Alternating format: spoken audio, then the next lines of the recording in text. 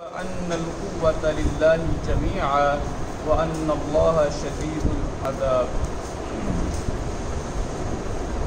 ومن الناس اور لوگوں میں سے من وہ بھی ہیں جو یتخذ بناتے ہیں من دون اللہ اللہ کے سوا اندادا شریک یحبونہم وہ محبت کرتے ہیں ان سے کحب اللہ اللہ سے محبت کرنے کی طرح والذین اور وہ لوگ آمنوا جو ایمان لائے اشد وہ زیادہ سخت ہیں حب للہ اللہ سے محبت میں ولو اور کاش یر الذین دیکھ لیں وہ لوگ ظلموا جنہوں نے ظلم کیا اذ یرون العذاب جب دیکھ لیں گے وہ عذاب کو ان القوت کہ یقیناً قوت للہ اللہ ہی کے لیے ہے جمیعا ساری کی ساری وان اللہ اور یہ کہ اللہ تعالی شدید بہت سخت ہے العذاب عذاب دینے میں۔ عزیز ساتھیو، اللہ رب العالمین نے گزشتہ آیت کے اندر اپنی توحید کے دلائل ذکر کیے اور آج کے سبق کے اندر خالق کائنات نے توحید کے دلائل دینے کے بعد وہ لوگ جو ان دلائل کو دیکھنے کے بعد ان دلائل کو پڑھنے کے بعد بھی اللہ کے ساتھ کسی کو شریک ٹھہراتے ہیں شرک کرتے ہیں ان کے بارے میں اللہ رب العالمین نے یہاں پر ذکر کیا ہے۔ فرمایا کہ بعض وہ لوگ ہیں جو لوگوں سے ایسے محبت کرتے ہیں جیسے اللہ سے محبت کرنی چاہیے، یعنی محبت کے اندر کسی اور سے اللہ کے علاوہ کسی اور سے جو محبت ہے وہ برابر کی شریک ہے۔ اللہ رب العالمین نے ارشاد فرمایا وَمِنَ النَّاسِ اور لوگوں میں سے من وہ بھی ہیں یتخذو جو بناتے ہیں من دون اللہ اللہ کے علاوہ اندادا شریک۔ شریک کیا ہے؟ سیدنا ابن عباس رضی اللہ تعالیٰ عنہ بیان کرتے ہیں، صحیح البخاری کی روایت ہے، فرمایا کہ سورہ نوح کے اندر اللہ تعالیٰ نے جو 5 بزرگوں کا ذکر کیا ود سوا یغوث یعوق اور نصر، یہ 5 بزرگ تھے جو حضرت نوح علیہ السلام کی امت سے تھے اور نیک تھے، پرہیزگار تھے، متقی تھے، اپنی زندگی میں لوگوں کو توحید کی دعوت دیا کرتے، لوگوں نے ان کی دعوت کو قبول نہیں کیا۔ جب دنیا سے چلے گئے تو لوگوں نے خیال کیا کہ وہ بہت نیک تھے، ہم ان کی باتیں نہیں مانتے تھے، ہمیں اچھائی کا حکم دیتے تھے، تو کرنے کیا لگے ان کی باتیں ان کی قبروں پر بیٹھ کر یاد کرنے لگے، پھر آہستہ آہستہ ان کو یاد رکھنے کی غرض سے کہ کہیں وہ ہم کو بھول نہ جائیں ان کی مورتیاں بنائی، ان کو گھروں میں رکھنے لگے اور ان کا ذکر کیا کرتے۔ آہستہ آہستہ یہی سے کام شروع ہوا، پھر انہی بزرگوں کی مورتیوں پر سجدہ کرنے لگے، انہی کے آگے ہاتھ پھیلانے لگے، انہی کو اللہ کے ساتھ شریک ٹھہرانے لگے، اور اللہ تعالیٰ نے یہاں پر جو اندادا کا لفظ استعمال کیا ہے، شریک کا لفظ استعمال کیا ہے، سیدنا ابن عباس رضی اللہ تعالیٰ عنہ بیان کرتے ہیں کہ یہ لفظ ان ہستیوں کے بارے میں ہے، اور پھر یہی ہستیاں اور ان کے ساتھ اور بھی جن کو مشرکین مکہ نے مکہ مکرمہ کے اندر اللہ کے گھر بیت اللہ کے اندر جن مورتیوں کو رکھا تھا وہ انبیاء اولیاء صلحاء کی مورتیاں تھیں، جن کے ساتھ حضرت ابراہیم حضرت اسماعیل علیہ السلام کی بھی مورتیاں موجود تھیں۔ تو یہ نیک بزرگ تھے، ان کو وہ یہ سمجھتے کہ اللہ تعالیٰ ان کی موڑتا نہیں ہے اور یہ بھی ہمارا کام کرتے ہیں کہ کچھ اختیارات اللہ نے دے رکھے ہیں، شاید ان کا یہ نظریہ تھا کہ اللہ خود سارے کام اکیلا شاید مشکل ہو جائیں، اس نے بانٹ دیے ہیں۔ تو یہ ماحول تھا کہ وہ ان انبیاء کو جو واقعی نیک تھے ان کو اللہ کے علاوہ پکارتے، ان سے محبت کیا کرتے۔ فرمایا وَمِنَ النَّاسِ اور لوگوں میں سے مَن یتخذ مِن دُونِ اللَّہِ ایسے بھی ہیں جو اللہ کے علاوہ شریک ٹھہراتے ہیں، اور شریک ٹھہرانے کا انداز کیا ہے؟ یحبونہم کحب اللہ، وہ ان سے ایسے محبت کرتے ہیں جیسے اللہ سے کرنی چاہیے۔ والذین آمنوا اشد حبا للہ، اور جو ایمان والے ہیں وہ سب سے زیادہ محبت کرتے ہیں تو صرف اللہ سے کرتے ہیں، وہ اللہ سے محبت کے برابر بھی کسی کو محبت نہیں دیتے اور اس سے زیادہ بھی کسی کو اپنے دل کے اندر جگہ نہیں دیتے۔ یہاں پر یہ جو محبت کا ذکر کیا گیا ہے اور انداز جو بت ہے جس کا ذکر کیا گیا ہے، یعنی انسان کے دل کے اندر کوئی بھی ایسی ہستی جو غالب آ جائے محبت کے اعتبار سے یا کسی بھی اور اعتبار سے، جس کے جو اگر انسان کے دل کے اندر یہ بات بیٹھ گئی کہ وہ برا کرنے والا ہے، برا برنے والا ہے، یا محبت کے لحاظ سے انسان کسی سے مرعوب ہو جائے تو اس کو بت کہا جاتا ہے۔ اور میں انسان کو چاہیے کہ وہ اپنے دل کے اندر اللہ کے علاوہ کسی اور کو جگہ نہ دے۔ محبت ہوتی ہے ایک ماں باپ سے ہوتی ہے، بہن بھائیوں سے ہوتی ہے، دوستوں سے ہوتی ہے، یہ ساری ہوتی ہے، لیکن ان کے بھی درجے ہیں، ان میں سے کسی کو بھی اللہ کے برابر یا اس سے زیادہ کسی کو محبت نہ دے۔ ایمان والوں کا شیوا یہ ہے کہ وہ سب سے زیادہ محبت کرتے ہیں صرف اللہ تعالیٰ سے کرتے ہیں، اور جو شرک کا کام شروع ہوتا ہے وہ یہیں سے ہوتا ہے کہ جب انسان کے دل کے اندر کسی اور کی محبت اتنی بڑھ جاتی ہے کہ وہ پھر اپنے اعمال کے ذریعے سے اس کو شو کرنے کے لیے اس کے آگے سجدہ بھی کرتا ہے، اس سے فریاد بھی کرتا ہے۔ میں والذین، اور وہ لوگ آمنوا ایمان ہے، اشد، وہ زیادہ سخت ہیں، حب للہ، اللہ سے محبت میں، ولو یری الذین ظلموا، اور کاش کہ وہ دیکھ لیں جنہوں نے ظلم کیا۔ یہاں پر کس ظلم کی مراد ہے؟ شرک اور کفر کی، یعنی وہ لوگ جنہوں نے اللہ کے ساتھ کسی کو شریک ٹھہرایا، ایسے ظالم لوگ وہ دیکھ لیں اذ یرون العذاب، جب وہ عذاب کو دیکھیں گے، ان القوۃ للہ جمیعا، تو وہ سمجھ جائیں گے کہ ساری قوتوں کا مالک صرف اللہ کی ذات ہے۔ کسی بزرگ کے پاس، کسی ہستی کے پاس کوئی طاقت یا اختیار نہیں ہے، یہاں تک کہ اللہ تعالیٰ نے قرآن مجید میں ارشاد فرمایا کہ یہ بزرگ اور وہ ہستیاں جن کو تم اللہ کے علاوہ پکارتے ہو، وہ ایک مکھی کا پر بھی نہیں بنا سکتی،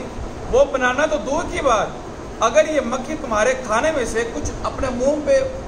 لے جائے، ہم دیکھتے ہیں کھانا کھا رہے ہوتے ہیں کبھی مکھی آ جاتی ہے، پر ہم مکھی اپنے منہ میں کچھ کھانا اٹھا کر جو لے جاتی ہے، ان ہستیوں کے اندر اتنی طاقت بھی نہیں ہے کہ اس سے وہ واپس لے سکے۔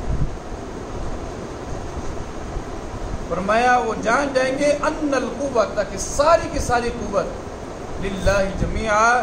صرف اللہ کے پاس ہے، وان اللہ شدید العذاب، اور بے شک اللہ سخت ترین عذاب دینے والا ہے۔ اللہ تعالیٰ نے قرآن کریم میں ارشاد فرمایا کہ اللہ تعالیٰ اگر چاہے تو بڑے بڑے گناہ معاف کر دے، کسی کا زنا معاف کر دے، شراب پینے والے کی شراب کا گناہ معاف کر دے، بڑے بڑے گناہ معاف کر دے، لیکن سود کے بارے میں بات، سود بہت بڑا گناہ ہے، اس کے 70 حصے ہیں، ایک حصہ ایسا ہے کہ اپنی ماں کے ساتھ بدکاری کرنا، اتنا بڑا خطرناک گناہ سود، لیکن اس کے بارے میں بھی کہا کہ اگر اللہ چاہے تو اس کو بھی معاف کر سکتا ہے، لیکن شرک ایسی چیز ہے، فرمایا کہ اللہ کا اٹل فیصلہ ہے کہ وہ شرک کو کسی صورت معاف نہیں کرے گا۔ فرمایا وَمِنَ النَّاسِ، اور لوگوں میں سے مَن يَتَّخِذُ، وہ بھی ہیں جو بناتے ہیں من دون اللہ، اللہ کے علاوہ اندادا، شریک، یحبونہم، وہ محبت کرتے ہیں ان سے، کحب اللہ، اللہ سے محبت کرنے کی طرح، والذین آمنوا، اور وہ لوگ جو ایمان لائے، اشد، وہ زیادہ سخت ہیں، حب للہ، اللہ سے محبت میں، ولو یری الذین ظلموا، اور کاش کے دیکھ لیں وہ لوگ ظلموا جنہوں نے ظلم کیا، اذ یرون العذاب، جب وہ دیکھیں گے عذاب کو، ان القوۃ للہ جمیعا، کہ بے شک ساری کی ساری قوت اللہ ہی کے لیے ہے، وان اللہ، اور بے شک اللہ شدید العذاب، سخت ترین عذاب دینے والا ہے۔ عزیز بھائیو، کچھ بات آج 7 ستمبر کے حوالے سے کرتے ہیں۔ 7 ستمبر کا دن یوم تحفظ ختم نبوت کے لحاظ سے منایا جاتا ہے۔ ختم نبوت کا معنی یہ ہے کہ اللہ کے نبی علیہ السلام کی ذات بحیثیت نبی آخری ذات ہے، اور آپ کی بات بھی بحیثیت نبی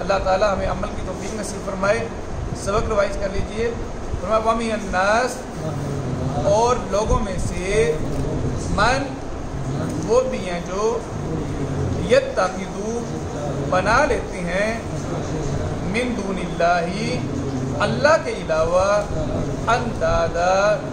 کئی شریک یحبونہم وہ محبت کرتے ہیں ان سے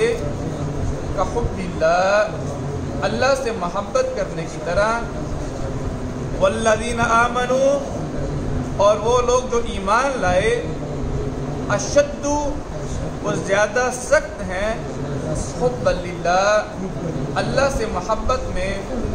ولو یر الذین ظلموا اور کاش کے دیکھ لیں وہ لوگ ظلموا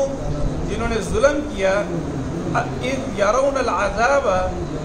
جب دیکھ لیں گے وہ عذاب کو ان القوت کہ بے شک قوت للہ اللہ ہی کے لیے ہے جمیعا ساری کی ساری.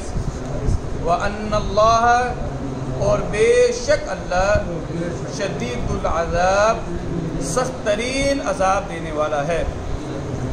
وَمِنَ النَّاسِ اور لوگوں میں سے من وہ بھی ہے جو یتخذو بنا لیتے ہیں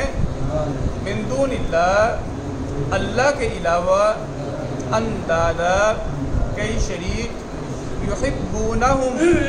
وہ محبت کرتے ہیں ان سے کحب اللہ اللہ سے محبت کرنے کی طرح. والذین آمنوا اور وہ لوگ جو ایمان لائے اشد وہ زیادہ سخت ہیں حب للہ اللہ سے محبت میں.